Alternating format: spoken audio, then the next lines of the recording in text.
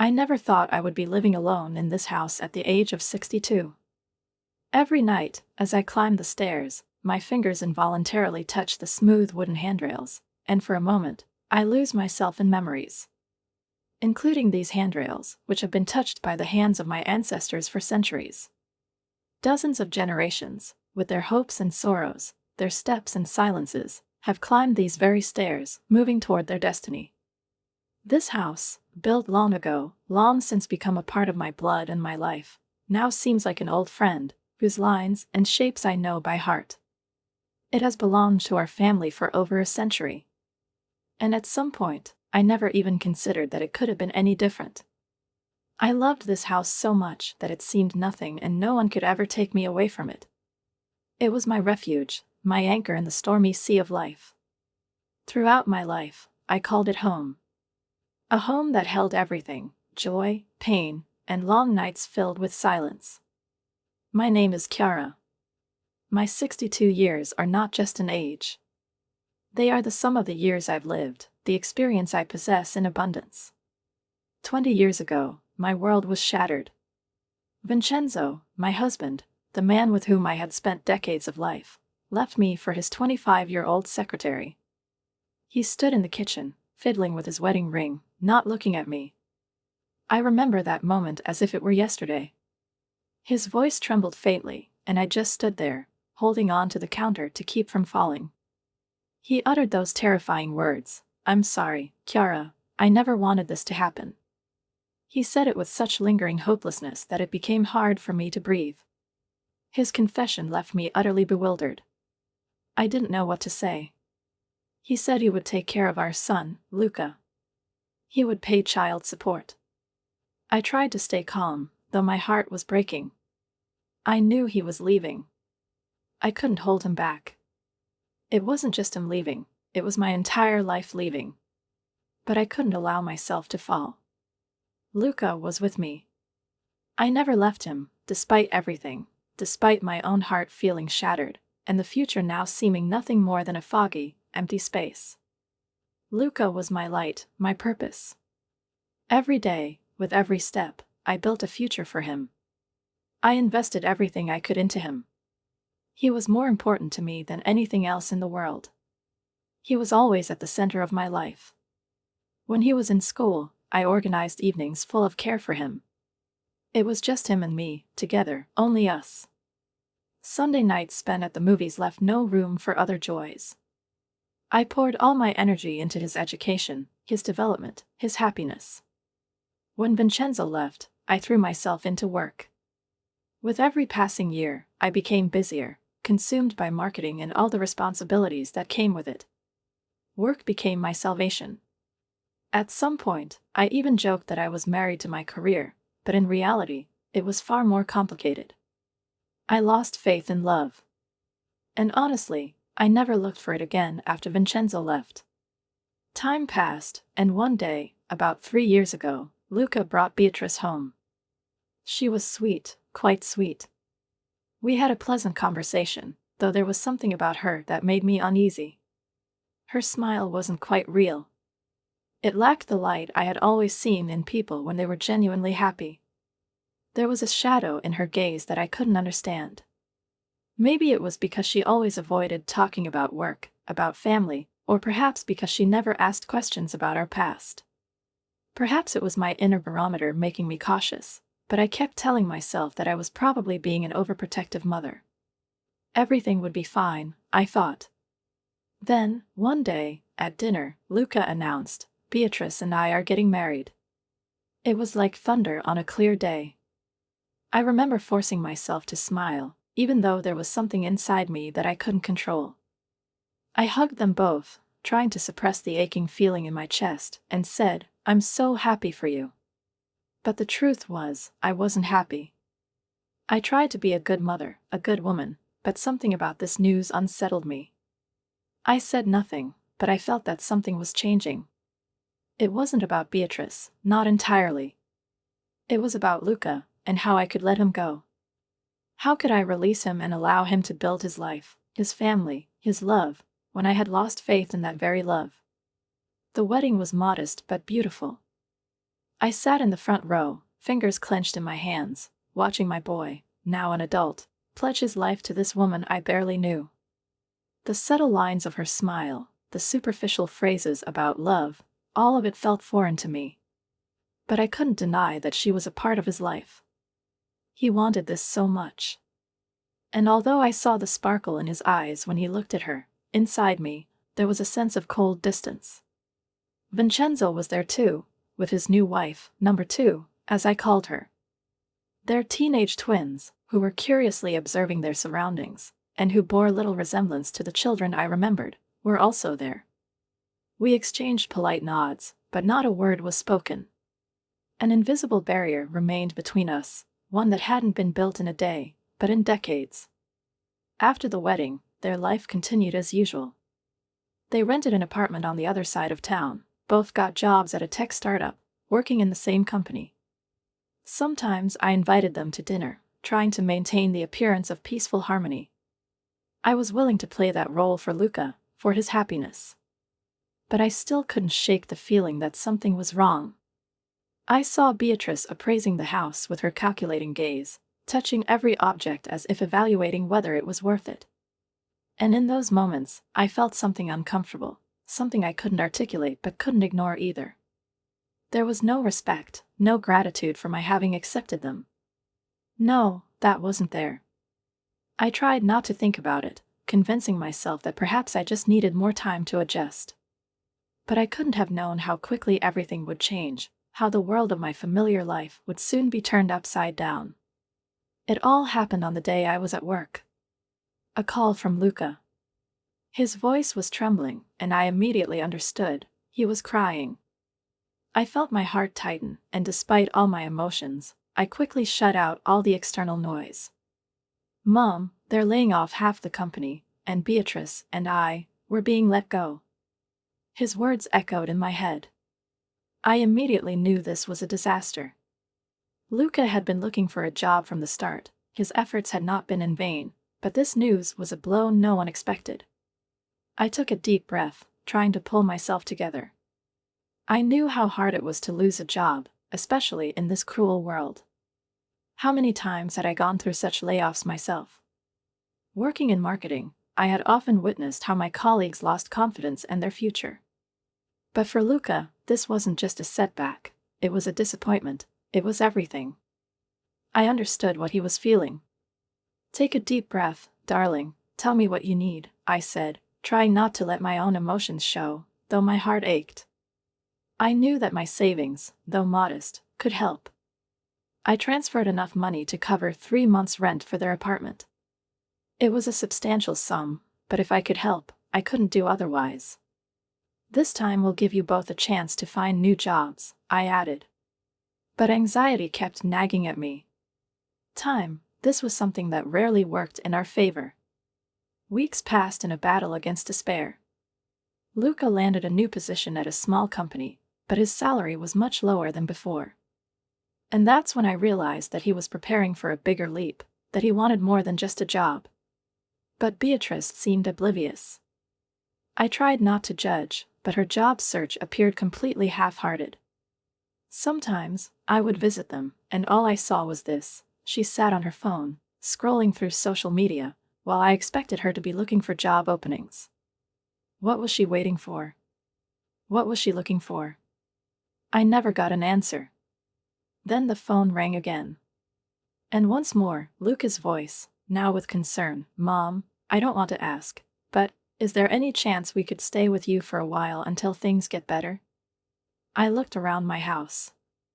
All those rooms that once echoed with the sounds of life were now empty. The house was so large, and I could easily afford to let them stay. "Of course, darling, you and Beatrice will always have a place here," I said, though inside me there was this shadow, this fear that they might occupy not just rooms in my house, but more. They arrived on Sunday afternoon, in a car packed with their things. I helped them carry the boxes into Luca's old room, just like in the good old days. But something about it felt strange, unexpected. I noticed how Beatrice was examining my house.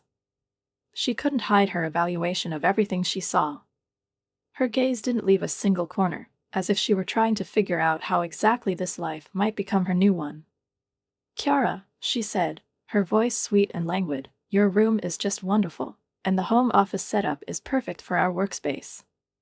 Maybe Luca and I could take this room? It's bigger, and since it's just the two of you." I felt the air freeze for a moment. This wasn't just a suggestion. It was a demand. And I couldn't help but reply, "Sorry, Beatrice, this is my personal space. I need my own place to work. Sometimes I have to take calls late at night." I tried to say it calmly, but there was a firmness in my voice. I knew she wouldn't be happy, but I had no other choice. When I looked at her face, it stretched into a thin line, and although she didn't say anything, I saw her turn away, pressing her lips together. She began dragging her suitcase up the stairs with a force that seemed excessive. Luca gave me an apologetic smile, feeling the awkwardness of the silence. "Thanks for this, Mom, we really appreciate your help," he said, and there was something in his voice that said more than words. Life settled into a new rhythm, or at least, that's how I imagined it. Every morning, I tried to convince myself that I would get up at 6 o'clock, make coffee, and then leave for work, almost at the same time as Luca. He would rush off to his new company, and Beatrice, as always, would still be sleeping. I tried not to think about it too much during those early hours, absorbed in the quiet sounds of the morning city.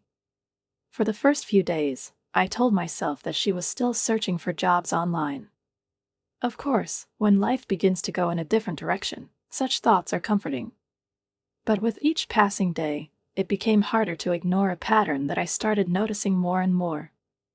Returning from work, I found her in the same spot where I had left her in the morning, spread out on my couch, phone in hand, surrounded by empty snack bags and coffee cups. The dishes from her lunch hadn't disappeared from the sink, crumbs were scattered across the kitchen table. And when I started asking how her day had gone, "So, how's the job search going?" she would answer without looking up from her phone, with such indifference that it made me uncomfortable. "I don't know, nothing really suits my qualifications," she once replied, still not paying attention to me. It seemed I was no longer surprised. 2 weeks passed, and I saw how the house, which I had always kept in perfect order, started showing signs of neglect. Dust slowly covered the furniture, dishes piled up in the sink, and laundry spilled out of baskets. Crumbs, candy wrappers, and torn packages filled the kitchen and living room. Everything that used to be my comfort and harmony had become just the backdrop for what I was increasingly perceiving as foreign and uncomfortable. One evening, after an especially long workday, I decided it was time to talk. We sat down for dinner, and although I tried to prepare something nice, before sitting at the table, I first cleaned up the kitchen, trying to make it look more or less presentable. When I sat down, I felt the tension in the air. Nervously clearing my throat, I said, trying to speak as gently as possible. "Beatrice, darling," I began, "I thought, since you spend so much time at home, maybe you could help a little with the household chores while, of course, you will find a job." Her expression changed instantly. The fork clattered against the plate, and her eyes filled with tears. Before I could react, she jumped up, yelling at Luca. "I knew it. I knew you'd want to turn me into your servant. You think that just because I'm unemployed, I should serve your mother?" I sat there, stunned. Was this how she saw everything? I didn't even have time to respond before she started crying, and her words were so sharp that I felt my heart contract with pain and confusion. "Beatrice, that's not what I meant," I said, my voice quiet but firm. "Don't you understand? I'm trying to help, but you—" She wasn't listening. Already pushing her chair back, she stood up abruptly and ran out of the room. Luca followed her, his face dark with anger. "Mom." His voice sounded desperate. "I can't believe you're being so cruel to Beatrice. She's going through a tough time, and you—" After that, dinner ended in complete silence. I continued cooking and cleaning, while they, instead of joining us at the table, ordered takeout, leaving empty containers where they had finished eating. And again, like before, I hoped that someone, anyone, would join me. That they would come down and eat at the table, but silently, without saying a word. Letters, conversations, dinners, everything became like shadows, slipping away from the present. The weeks dragged on, like endless hours, longer than I could have expected. Each new day felt endless, and from the living room, not only the light from the TV, but also the constant sound of Beatrice's fingers sliding across her phone screen could be heard. It was an almost endless rhythm of her life, absorbed in an inner world that I had no clue about. Trying not to get in her way, I spent more time in my office than I needed to. It was a refuge from all of this. But even here, in solitude, the situation wouldn't let me rest. I felt that all my efforts, my help, my care, were simply dissolving into emptiness, and I was starting to lose confidence that I would ever be able to restore the harmony I once created for myself. One morning, during the weekly department meeting, our HR director, with her always measured and slightly exhausting voice, announced that they were looking for an office manager. I immediately perked up. Inside, everything flared up like a fire in the hearth. Maybe this was the chance. Maybe this could be the turning point we had been looking for. I quickly thought it over and, without thinking too much, casually asked, "What's the starting salary?" "$45,000 to start," she replied without slowing down, "but there's room for growth. We promote people from within when possible." I felt a light wave of relief wash over me. It wasn't too bad, especially since an office job could offer some balance in life, something I had long dreamed of. But then, immediately, the thought of Beatrice crossed my mind. She had a degree in business, and as I knew, she had worked in administration before her career took a different direction. This could be the perfect opportunity for her. Without wasting time, I decided to make good use of my lunch break. I sat down at my desk and carefully crafted a message to Beatrice, explaining in detail that there was an opening for an office manager at my company. I even wanted to add that it was a good starting point, with room for advancement. But at the last minute, I changed my mind. It was too important to share such news through a text. I decided it would be better to tell her in person. It would be the right thing to do. That day, I left work earlier than usual. My steps were light and my heart filled with hope, which didn't leave me as I thought about how this could solve our problems. Maybe Beatrice would really be able to get a job. Maybe she would finally pull herself together and re-enter the adult world. When I entered the house, I immediately spotted her, Beatrice, as always, sprawled on the couch, her eyes glued to the phone screen. On the coffee table was a half-eaten bag of chips, with crumbs scattered all over. Time, as always, seemed to stand still for her, leaving only this mechanism, the phone in her hands, the chips, and forgotten plates. "Beatrice," I said, trying to make my voice sound upbeat and encouraging, "I have good news. There's an opening for an office manager at my company. It's an entry-level position, but there's real potential for advancement. The starting salary is decent, and I can give you a ride to work. We could commute together." She instantly jumped up from the couch, tossing the chip bag aside so that it almost flew out the window. Her eyes flashed. "Are you serious?" Her voice was full of surprise and dissatisfaction. "Office manager? Do you know what my qualifications are? You think I'll be happy bringing coffee and sorting papers?" Her voice grew louder with every word, as if she couldn't hold back the anger building up inside her. "I have a degree in business. I was a project coordinator, and now you want me to do this nonsense?" I tried to calm her down, but my words could no longer break through her defenses. She kept yelling as if everything I said was nothing but an insult to her dignity. "Beatrice, please, I didn't mean," I began, but she interrupted me. "Oh, you know exactly what I mean. You think I'm lazy. You can't stand the fact that I'm not working, so you're trying to force me into some humiliating position." Her words hit me like a knife. How many times had I tried to understand what was behind her behavior, but I always faced the same, her internal barrier, her fears, and the feeling that the world around her was unjust. At that moment, Luca entered the door. He had clearly misjudged the timing, as always, when the climax of some tense conversation approached. He barely caught a glimpse of Beatrice rushing toward him, tears streaming down her face, and she immediately began crying. Your mother insulted me again. She thinks I'm a freeloader. She wants me to take some crappy office manager job. I stood up and, trying to stay calm, explained. That's not true. I was just trying to help. There's a vacancy in my company. It's a good job. But Luca wasn't listening. He turned and, in a cold whisper, said, Mom, stop. You always start all this. Why can't you just leave Beatrice alone? His words were like cold rain falling on scorched earth. I stood there, stunned, confused. It felt as though the world had collapsed beneath me. He continued. Do what I asked you. You always cause these dramas, Mom. Why can't you just stop?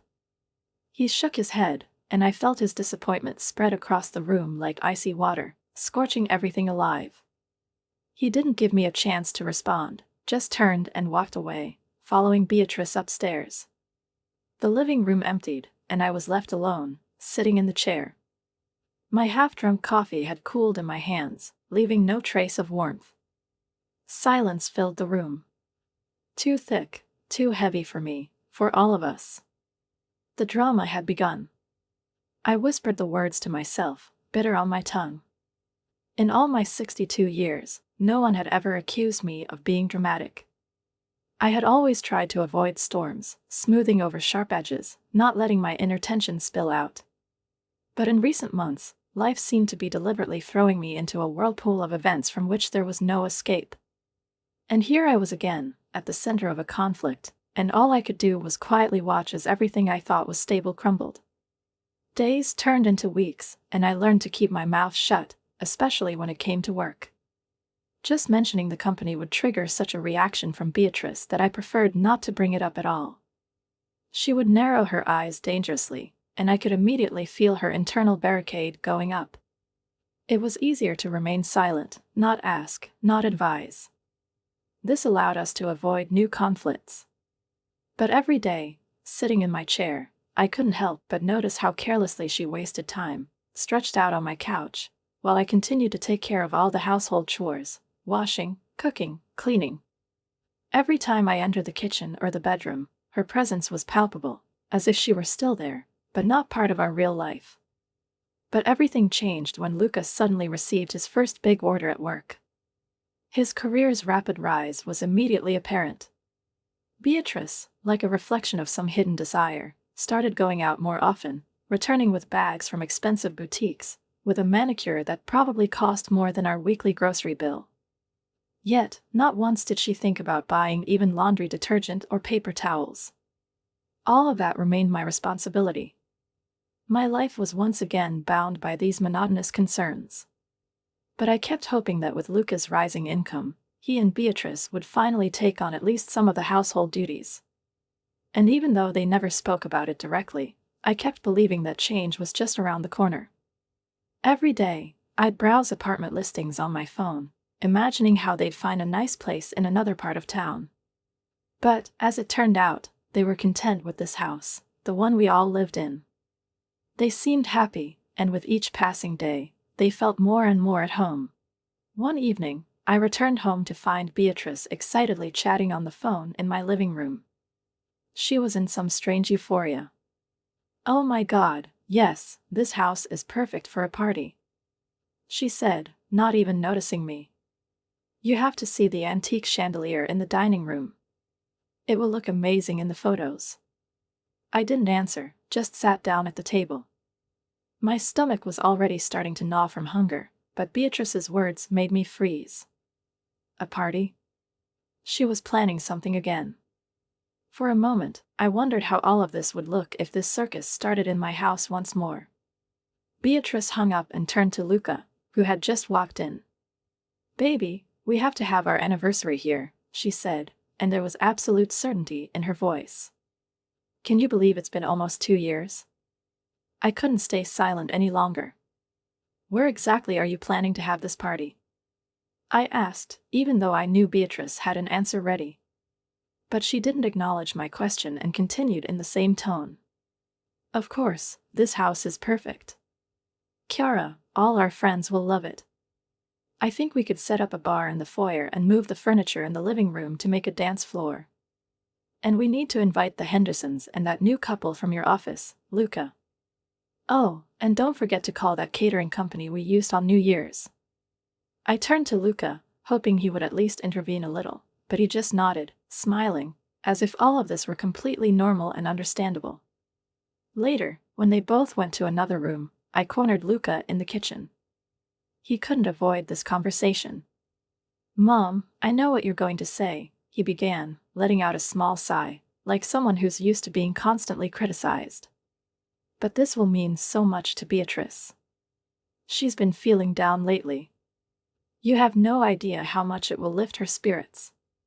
I stayed silent, trying to grasp the fact that my words still hadn't found any echo in this house, full of noise and empty promises. "This is my house." I said it to myself, trying to hold my composure. "Luca, you can't just decide to throw a party here without asking me first." My voice was quiet, but firm.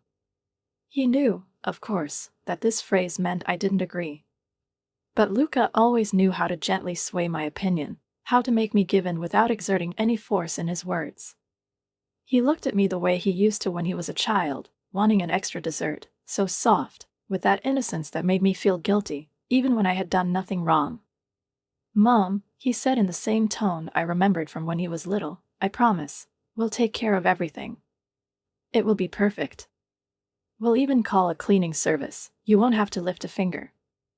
I stood there, looking at my son, at this man with whom I'd spent so many years, raising him, teaching him life lessons, and I felt my resolve crumble.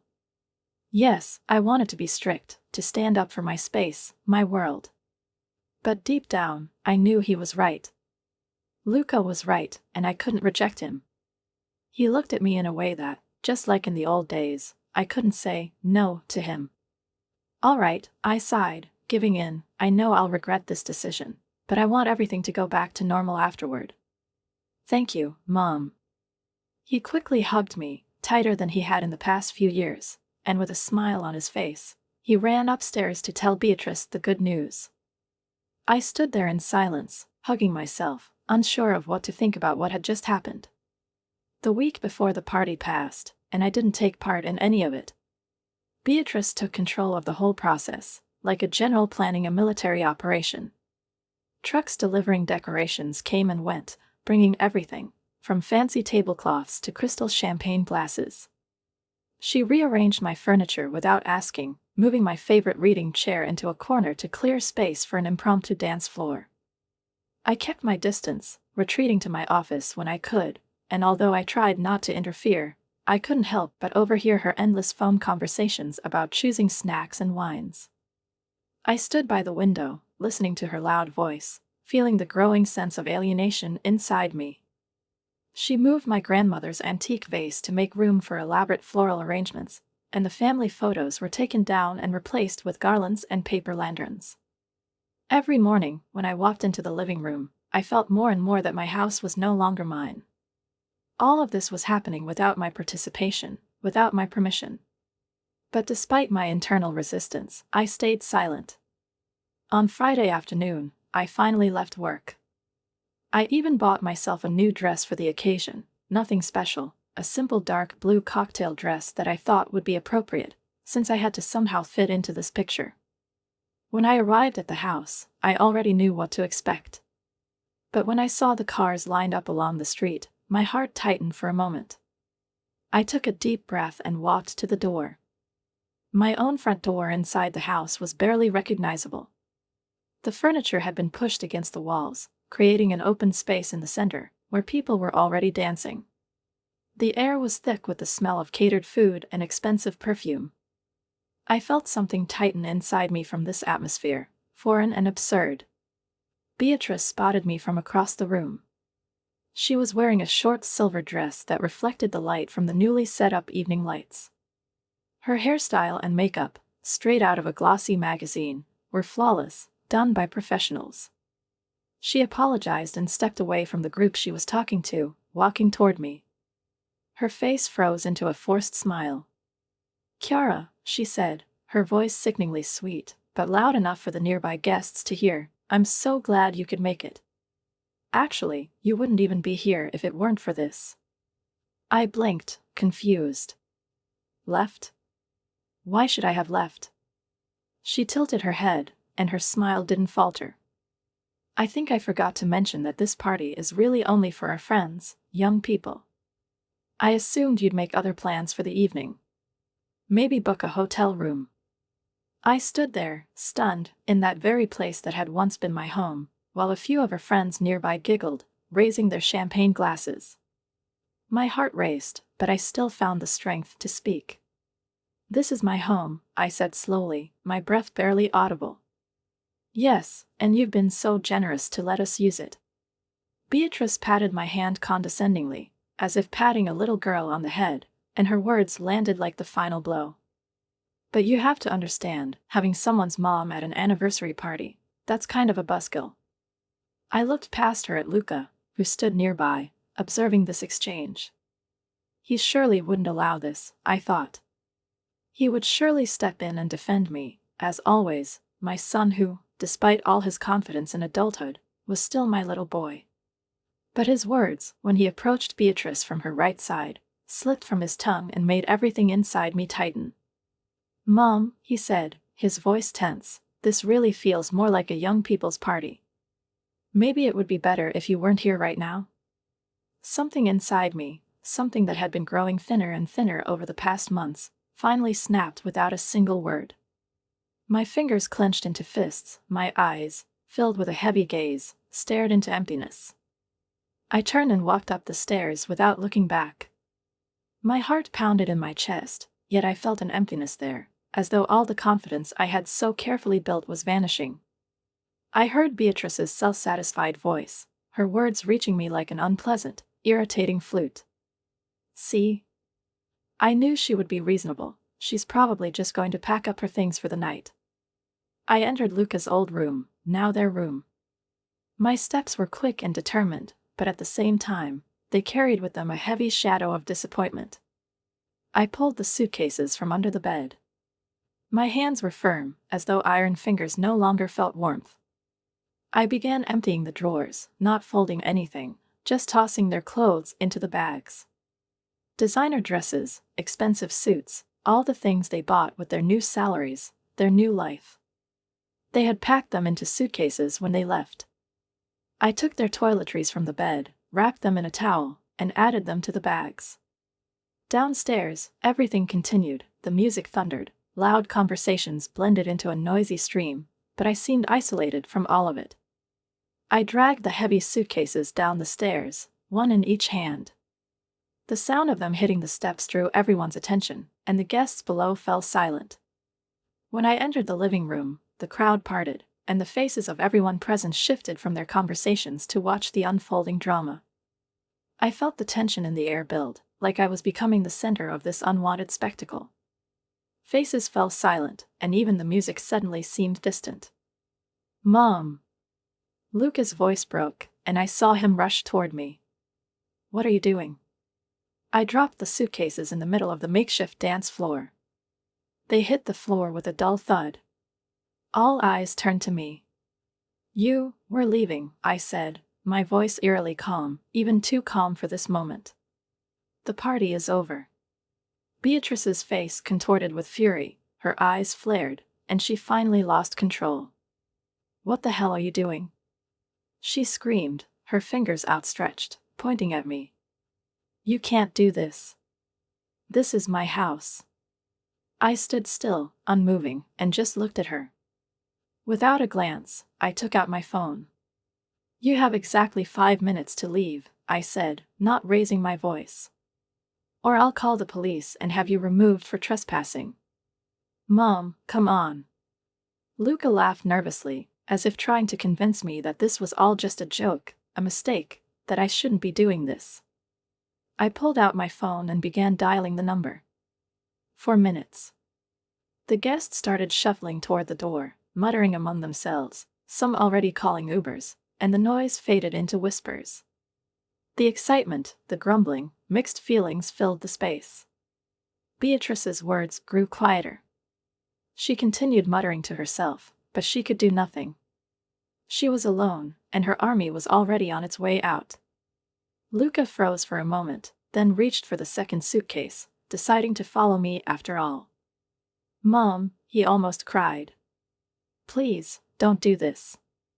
I turned silently, not saying another word. I began taking down the tasteless decorations they had hung on the walls. Garlands, paper lanterns, all those things that once seemed like part of something important to me, now felt unnecessary and pathetic. My home, my space, everything had changed, and I couldn't bear it. After they left, silence descended, perhaps too much for the moment.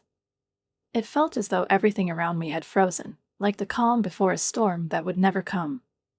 I looked at the abandoned tables from the party, piled with untouched food, half-empty champagne glasses scattered everywhere. They were all the products of this meaningless, pretentious event, which, like so much in my life, had left nothing behind but dust and debris. Fortunately, my grandmother's coaster had survived intact. I carefully placed it in a box, alongside the rest of the china, and began packing the leftover food. The local shelter for the homeless was still open, and at least some good could come from all this food, which I could still save. I thought, at least that made sense. But after months of chaos, the silence in my home felt like a blessing. It filled every room with light and peace, as though nature itself had decided to restore everything to its rightful place, wherever disorder had ruled. I returned the reading chair to its spot by the window, its soft armrests once again cradling my tired back, and the world around me became as calm as if nothing had ever happened. The family photos arranged on the walls now seemed alive, as if telling me a story I had known for a long time but still wanted to hear over and over again. My grandmother's vase in the center of the dining table was no longer just a decoration, but an element that connected everything that was gone with what remained. The word travels quickly in small towns. Sarah, my friend who works in real estate, told me that Luca and Beatrice had rented a 2-story house. A small apartment on the other side of town, in a new residential complex. It's funny how one sentence can say everything you need to know. Janet, an old acquaintance from the rental office, mentioned that they had barely passed the credit check. But Luca's new salary had just barely saved them, so the approval had come through by the skin of their teeth. I took a sip of my coffee, feeling its bitterness, but remained silent. It seemed there was nothing more to say. Sarah's confession had been calm, but something in her tone revealed concern. Something slipped through, elusive, like a shadow. Marta, whose niece lives in the same building, complained that the manager had already issued them 2 warnings about the state of the apartment. The condition, frankly, was awful. Trash was piling up in the sink, and the air smelled of forgotten quarrels and dusty traces. Marta shook her head, acknowledging that the apartment was in such a mess it was almost unimaginable. Sounds familiar, I thought, remembering my own kitchen during their stay. The same empty promises, the same excuses. The rumors about their fights reached me, as they always had, like the rumblings of a storm, a sign of something inevitable. Beatrice was yelling at Luca, pointing out his pitiful salary, how tired she was of living in a dump, how none of her friends should live like this. And Luca, desperately fending off her attacks, accused her of refusing to work, cook, clean, or do anything at all. I had heard her throwing things in a fit of rage, breaking something, as though trying to tear not only the space apart, but him as well. My friend Linda, as always, in a whisper, with worry, told me that one night Luca had been spotted sleeping in his car. This news hurt me more than I could have imagined. Luca, he had always been my boy, no matter how grown up and independent he had become. And now, he was in a car, alone, as if he had disappeared into the night, into the void I couldn't fill. This whole story caused me deep emotional pain. Not for Beatrice, no, she was no longer my concern, I had stopped wasting sympathy on her. But for Luca, he was still my son, and nothing could change that.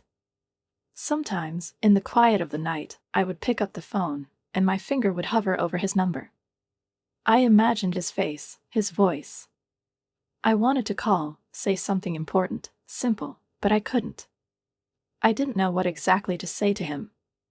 And always, in the end, I would hang up again. It was his lesson, his journey. He had to go through it himself, to understand who he had become, and find his own way back. The house now seemed different, peaceful, yes, but also expectant. Expecting something. Perhaps even him. And I knew this was not the end. Sometimes, when I sat in the reading chair with a cup of tea, I would look at the photos on the walls.